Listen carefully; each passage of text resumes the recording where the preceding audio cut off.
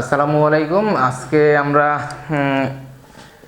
সূচক ও লগারিদম চতুর্থ অধ্যায় তোমাদের নবম ও দশম শ্রেণীর সূচক ও লগারিদম নিয়ে আজকে আলোচনা করব। তো সূচক এবং লগারিদম অধ্যায়টা তুলনামূলকভাবে অন্যান্য অধ্যায় থেকে একটু সহজ। তো আমরা আজকে সূচক নিয়ে আলোচনা করব। তো সূচক হলো তোমাদের অনুসরণীর 4.1-এ আছে, আর হলো লগারিদম হলো 4.2। তো সূচকের আমরা একবার বেসিক লেভেল থেকে চিন্তা করব, যাতে করে তোমাদের বেসিক যে জিনিসগুলো সেই জিনিসগুলো তোমাদের স্ট্রং হয়। তোমাদের বেসিক জিনিসটা স্ট্রং হলে ম্যাথের বিভিন্ন ক্ষেত্রে তোমরা এটার পদালোচন সুন্দরভাবে ব্যবহার করতে পারবে। তো সূচকের বেসিক যে জিনিসগুলো সেই জিনিসগুলো যদি ভালোভাবে বুঝতে না পারো, তো দেখা যাচ্ছে যে তোমাদের জেনারেল ম্যাথ যারা সায়েন্সে পড়ো তাদের হায়ার ম্যাথেও অনেক ধরনের প্রবলেম পড়ে। তো এই প্রবলেমগুলো সলভ করার জন্যই আজকে আমরা আসলে সূচক নিয়ে আলোচনা করব। আমি একবারই বেসিক যে জিনিসগুলো না জানলেই নয় সেই জিনিসগুলো আজকে আমি জানাবো। তো আমরা শুরু করতেছি। তো সূচকের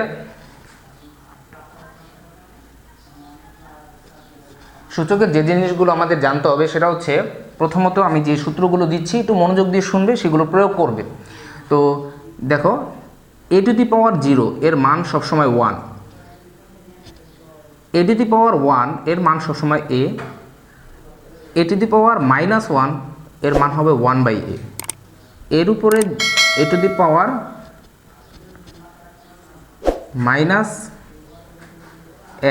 1/a⁻n,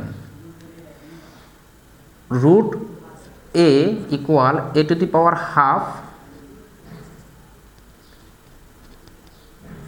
n⁻√ a equal a⁻1/n। এই জিনিসগুলো জানতে হবে। এছাড়া আমাদের জানতে হবে a⁻n ইন্টু a⁻n, অর্থাৎ a⁻m plus a⁻n into a⁻m plus n, অথবা a⁻m divided by a⁻n equal হবে a⁻m−n।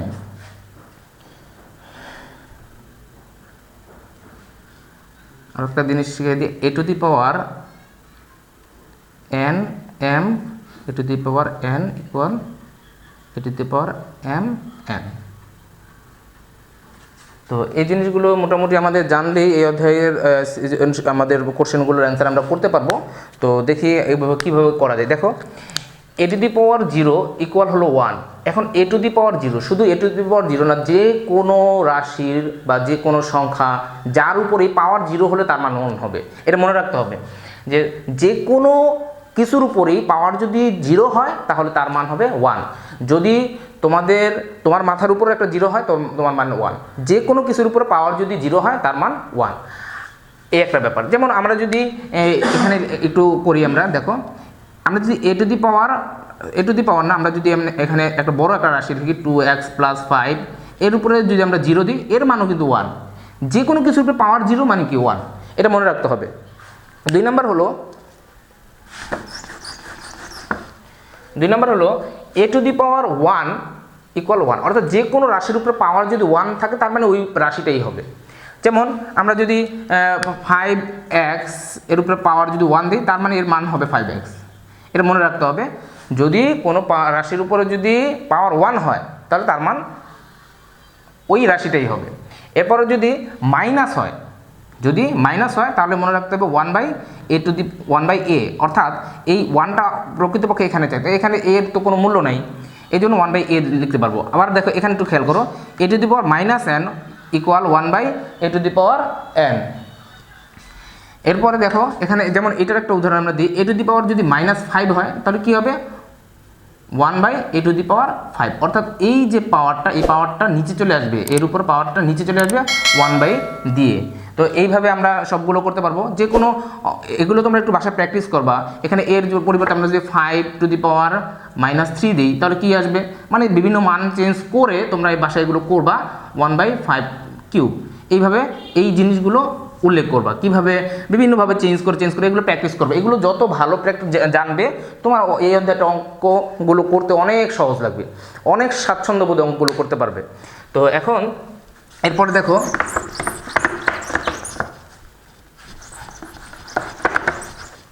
যদি এখানে কোনো রাশির উপরে যদি রুট হয় তার পাওয়ার হয়ে যায় হাফ, যদি শুধু রুট হয়।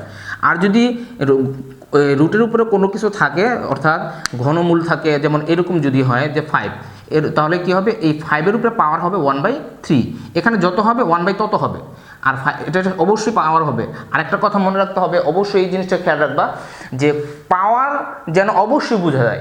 পাওয়ার তোমাদের ক্ষেত্রে অনেক ক্ষেত্রে দেখা যায় এরকম তোমাদের এইভাবে লিখে ফেলো, পাওয়ারটা এখানে এইভাবে দিয়ে দাও, তো এইভাবে দিলে কিন্তু অঙ্কটা কাটা যাবে। অবশ্যই পাওয়ারটা উপরে রাখতে হবে। এই জিনিসগুলো এই ভুলগুলো অনেক স্টুডেন্টরা তোমরা করো, এই ভুলগুলো করা যাবে না। এরপরে আমরা আসি যে এখানে দেখো, লক্ষ্য করো, এখানে আরও কিছু দিচ্ছি আমরা, a⁴m ইন্টু a⁴n যদি হয় তাহলে তাদের বেস 1 রেখে পাওয়ারগুলো হবে যোগ, আর যদি ভাগ আকারে হয় তাহলে তাদের পাওয়ারগুলো হবে বিয়োগ। এই জিনিসগুলো খেয়াল রাখবা। এখানে তোমরা বিভিন্ন মান বসে আগে এগুলো প্র্যাকটিস করবা বাসায়। এগুলো একবার দুইবার মিনিমাম প্র্যাকটিস করো। 2বার প্র্যাকটিস করার পর অঙ্কগুলো যাও। আগেই অঙ্ক না ধরে তুমি যদি এগুলো প্র্যাকটিস করে তুমি যে যাও, তোমার কাছে অঙ্ক অনেক সহজ লাগবে, অনেক সহজবোধ্য লাগবে, পড়তেও মজা লাগবে, অঙ্কগুলো করতেও ভালো লাগবে। অঙ্ক একটা মজার বিষয়, এই মজারটা তোমাদের মধ্যে নিয়ে আসতে হবে। এখন দেখো যদি পাওয়ারের উপরে যদি পাওয়ার হয়, এই জিনিসটা মনে রাখতে হবে, পাওয়ারের উপরে যদি পাওয়ার হয় সেই পাওয়ারগুলো গুণ হয়। কিন্তু যদি এরকম আলাদাভাবে বেস সহ পাওয়ার গুণ আকারে থাকে, সেই পাওয়ারগুলো হয় যোগ। কিন্তু পাওয়ারের উপরে পাওয়ার যদি হয় তাহলে এই পাওয়ারে হয় গুণ। এই জিনিসগুলো তোমাদেরকে আগে ভালো করে বুঝতে হবে। এই জিনিসগুলো যতক্ষণ পর্যন্ত না বুঝবা অঙ্কগুলো করা যাবে না, ঠিক আছে? আর অঙ্কের মেইন বেসিক জিনিসগুলো যদি তোমাদের এই জিনিসগুলো যদি তুমি ভালোভাবে প্র্যাকটিস করতে পারো, তাহলেই দেন তুমি যে কোনো অঙ্ক তুমি করতে পারবা। তো এ পর্যায়ে আমরা দেখি কতগুলো অঙ্ক আমরা সলভ করার চেষ্টা করি। দেখি কয়েকটা অঙ্ক আমরা সলভ করার চেষ্টা করব।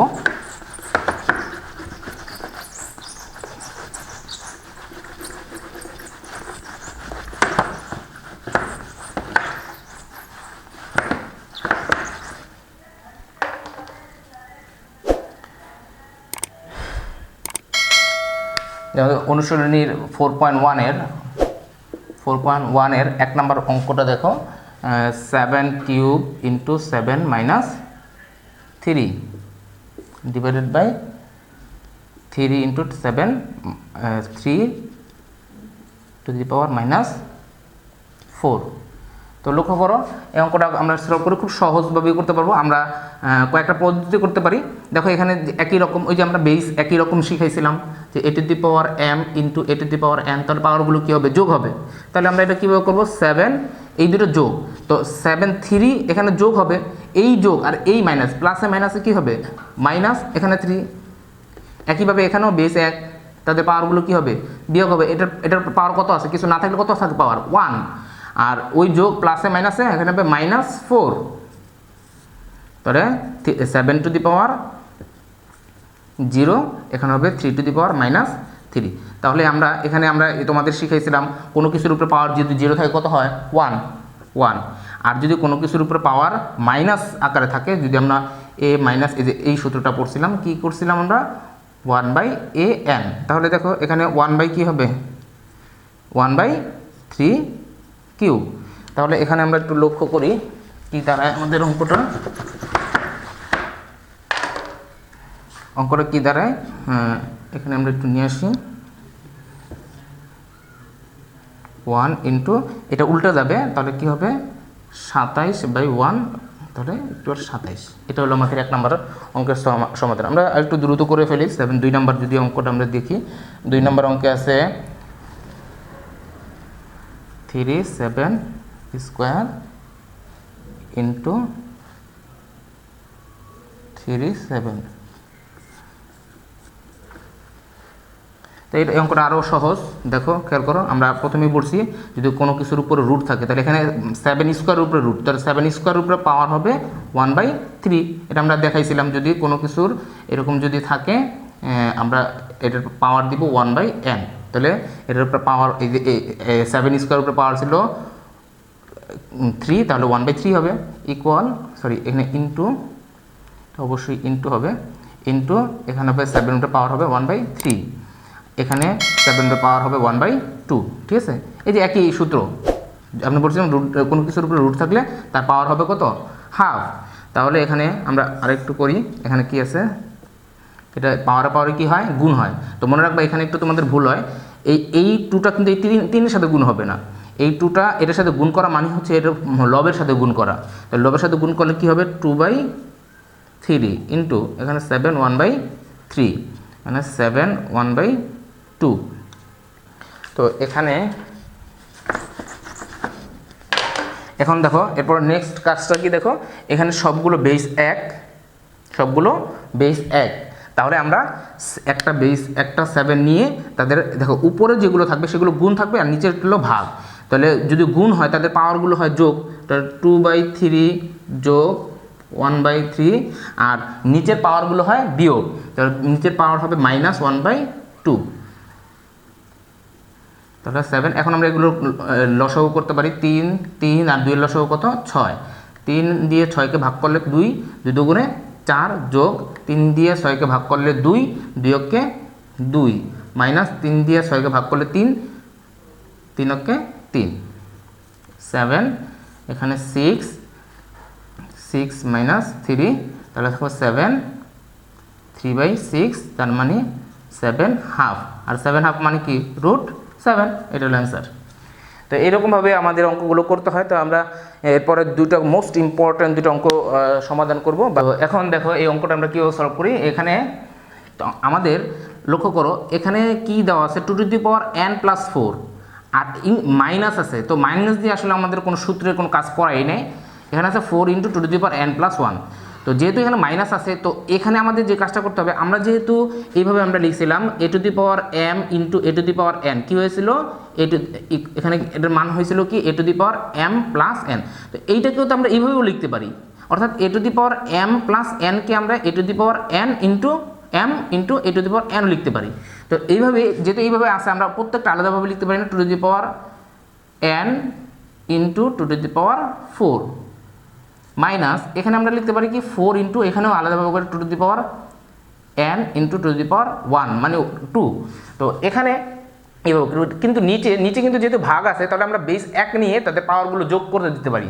তাহলে আমরা 2 নিলাম, বেস 1 2 নিলাম, তাহলে পাওয়ারগুলো যোগ করলে n+2 -1, তাহলে এখানে যেহেতু ভাগ আছে, তাই এর পাওয়ার হলো 1, 1-এর সাথে এটা বিয়োগ হয়ে যাবে। তো আমরা এখানে এইভাবে বিয়োগ করলাম, কিন্তু এখানে করলাম না, কারণ এখানে করি নাই, কারণ এখানে ছিল মাইনাস।